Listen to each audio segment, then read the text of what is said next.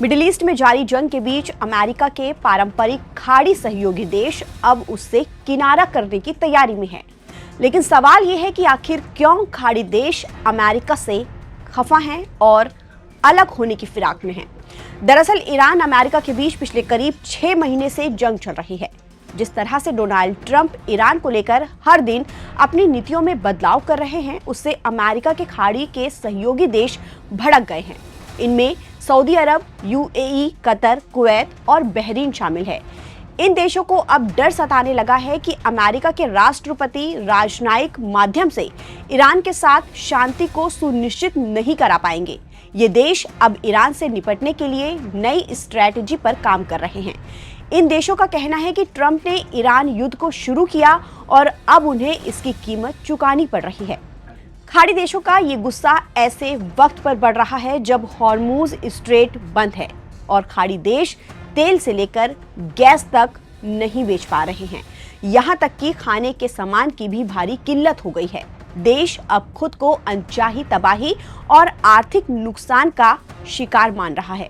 Washington post की report के मुताबिक अमेरिकी और अरब अधिकारियों ने खाड़ी देशों में बढ़ते गुस्से की जानकारी दी है।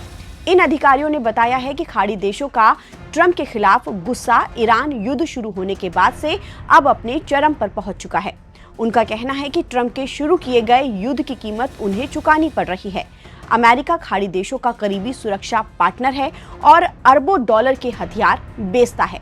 अब कई खाड़ी देश अपने देश में अमेरिका के सैन्य अड्डों की उपयोगिता पर ही सवाल उठाने लगे हैं। खाड़ी देश अब नई व्यवस्था के ऑप्शन तलाशने में लगे हुए हैं। एक यूरोपीय अधिकारी ने कहा है कि हाल ही में सऊदी अरब, तुर्की और पाकिस्तान के बीच मक्का रक्षा समझौते पर हुआ हस्ताक्षर अमेरिका को संदेश है। खाड़ी के कुछ देश अब अपने सुरक्षा और रक्षा पार्टनरशिप में अलग अलग तरह के देशों को लाना चाहते हैं। इन देशों को लग रहा है कि अमेरिका अकेले काफी नहीं है। खाड़ी देशों को अच्छी तरह से समझने वाले एक वेस्टर्न डिप्लोमेटिक ने इस दावे का विरोध किया कि इस इलाके में अमेरिका को लेकर भावनाएं काफी बदल गई हैं। उन्होंने कहा कि ईरान युद्ध शुरू होने से पहले ही अमेरिकी सैनिकों का ये विरोध किया जाता था। वेस्टर्न डिप्लोमेटिक ने यह भी कहा कि अमेरिकी सेना को एक आवश्यक बुराई के रूप में देखा जाता है, लेकिन अब ये आवश्यकता ही सवालों के घेरे में आ गई है। मक्का रक्षा समझौते में कहा गया है कि ये तीनों ही देश एक देश पर हमले को तीनों देश पर हमले के रूप में देखेंगे। ये ठीक उसी तरह है जैसे नाटो का आर्टिकल 5 है, जिसमें सामूहिक सुरक्षा गठबंधन की व्यवस्था है।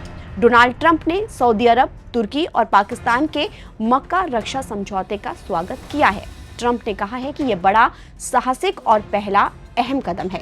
वहीं दूसरी तरफ यूएई अब सुरक्षा के नए समीकरण बनाने के लिए भारत और इजराइल के साथ अपनी रक्षा साझेदारी को मजबूत करने में जुटा हुआ है। सवालों के घेरे में अब अमेरिका की वो साख है जिसके दम पर वो दशकों से मिडिल ईस्ट का सुपर बॉस बना हुआ था।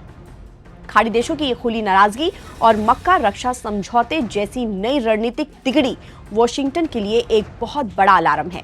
अब सबसे बड़ा सवाल ये है कि क्या अपने सबसे करीबी सहयोगियों को पूरी तरह खोने के डर से डोनाल्ड ट्रंप ईरान के साथ इस विनाशकारी जंग को रोकने के लिए कोई कूटनीतिक कदम उठाएंगे या फिर मिडिल ईस्ट में अमेरिका का ये दबदबा हमेशा हमेशा के लिए खत्म हो जाएगा। ताज़ा अपडेट के लिए आप बने रहिए नवभारत टाइम्स के साथ। नमस्कार।